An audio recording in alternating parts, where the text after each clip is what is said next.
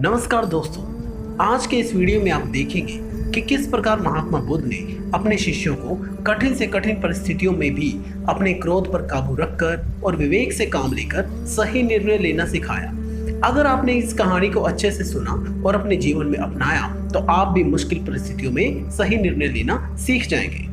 लेकिन इस वीडियो में आगे बढ़ने से पहले कृपया नीचे दिए गए सब्सक्राइब बटन को दबाकर हमारे इस चैनल जीवन ज्ञान धारा को सब्सक्राइब कर दीजिए और उसके साथ ही दिए हुए बेल आइकन को भी दबा दें ताकि नए वीडियोस के नोटिफिकेशंस आपको मिलते रहें। एक बार की बात है, गौतम बुद्ध अपने शिष्यों के साथ एक गांव से किसी बड़े नगर की तरफ जा रहे थे।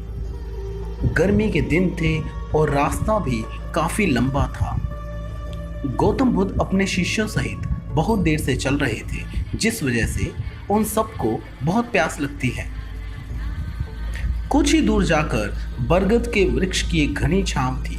सभी लोग उस वृक्ष के पास पहुंच जाते हैं और महात्मा बुद्ध अपने शिष्यों सहित वृक्ष की घनी छाया के नीचे विश्राम करने लगते हैं। क्योंकि वो काफी देर से चल रहे थे, इस वजह से सभी का गला प्यास से सूख रहा था।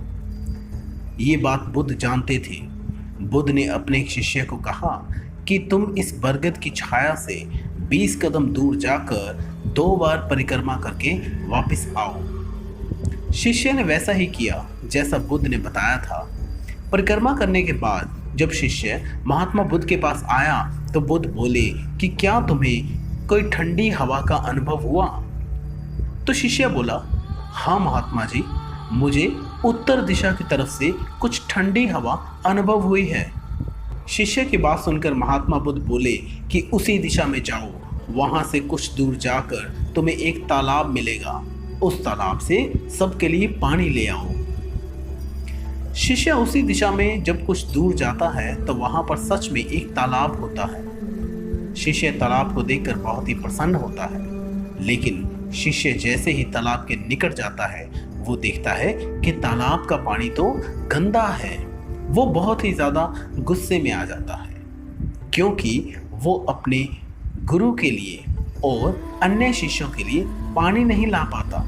इसलिए वो क्रोध में महात्मा बुद्ध के पास वापस चला आता है और शिष्य बड़े ही निराशा भाव से महात्मा बुद्ध को बताता है कि तालाब का सारा पानी तो गंदा है। शिष्य की बातें सुनकर सभी शिष्य बोलते हैं कि हमें तुरंत वहां से निकलना चाहिए और किसी दूसरी जगह पर जाकर पानी की खोज करनी चाहिए, वरना हम प्यासे ही मर जाएंगे। इधर महात्मा बुद्ध सभी को शांत होने के लिए कहते हैं और बोलते हैं कि धीरज रखो, कुछ देर यहीं बैठो, उचित समय आने दो। सभी महात्मा बुद्ध की बात सुनकर शांत हो जाते हैं और वहीं बैठ जाते हैं।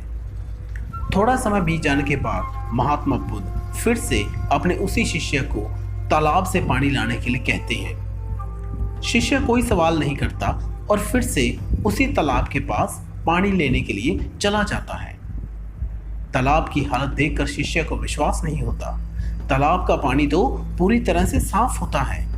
यह देखकर शिष्य को बहुत खुशी होती है और वो पानी भरकर महात्मा बुद्ध के पास जाता है और सभी अपना पानी पीकर प्यास बुझाते हैं। लेकिन सबके मन में एक सवाल होता है कि आखिर ये चमत्कार कैसे हुआ? तालाब का पानी तो गंदा था, तो अब तालाब का पानी साफ कैसे हो गया? उन्हें लगा कि ये गौतम बुद्ध की कोई शक्ति है। तो उनमें से कोई एक शिष्य महात्मा बुद्ध से पूछ ही लेता है कि यह चमत्कार आपने कैसे किया?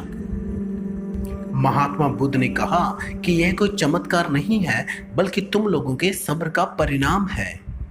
जब पहली बार यह शिष्य तालाब में से पानी लेने के लिए गया तो हो सकता है कि उस तालाब में से कोई व्यक्ति या कोई प्राणी निकल कर गया हो, जिस वजह से तालाब की सतह पर बैठी हुई मिट्टी ऊपर आकर पानी में तैरने लग गई, जिस वजह से कि इसे पानी गंदा प्रतीत हुआ।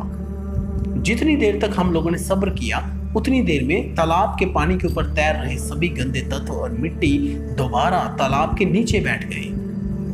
और जब कुछ देर बाद शिष्य वहां तालाब के पास पहुंचा तो सारे दूषित कण नीचे बैठ चुके थे, जिस वजह से तालाब का पानी पहले की तरह ही साफ हो चुका था तथा तालाब साफ दिखाई दे रहा था। यदि उस समय आप लोगों ने सब्र ना किया होता धैर्य ना रखा होता तो इतनी गर्मी में पानी की खोज में प्यासे रहकर शायद अब तक मृत्यु को प्राप्त हो गए होते, क्योंकि हो सकता है कि यहाँ पर आगे कोई तालाब हो ही ना, या हो सकता है कि उसका पानी भी साफ ना हो। इतना बोलने के बाद महात्मा बुद्ध शिष्यों को सीख देती हैं कि जैसी स्थिति हम लोगों के समक्ष आज आई है, वैसी ही स्थिति और मुश्किल दौर जिंदगी के हर मोड़ पर आएंगे। उस समय भी तुम्हें ऐसे ही संयम बनाकर रखना होगा और अपने विवेक से काम लेते हुए ही एक उचित फैसले के साथ सही नतीजे पर पहुंचना होगा। हर मुश्किल दौर में सब्र रखते हुए शांत मन से ही फैसला लेना, और वही आपके लिए और दूसरों के लिए अच्छा होगा। अगर तुम किसी ऐसी स्थिति में आकर गुस्से में अपना सब्र खो देते हो तो गुस्से और जल्दबाजी से गलत काम और फैसला लेते हो तो उसके परिणाम भविष्य में देखने को मिलते हैं, जिससे कि तुम्हारा ही नुकसान होता है।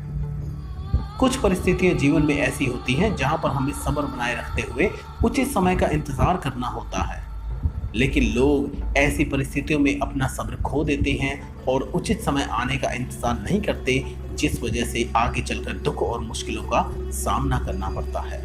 दोस्तों, अगर आपको ये वीडियो अच्छा लगा तो इसे लाइक जरूर करें और कमेंट सेक्शन में जाकर अपने विचार जरूर बताएं। इसके अलावा इस वीडियो को दूसरे लोगों के साथ शेयर करना भी ना भूलें, ताकि आपके द्वारा अन्य लोगों को भी इस वीडियो का लाभ मिल सके।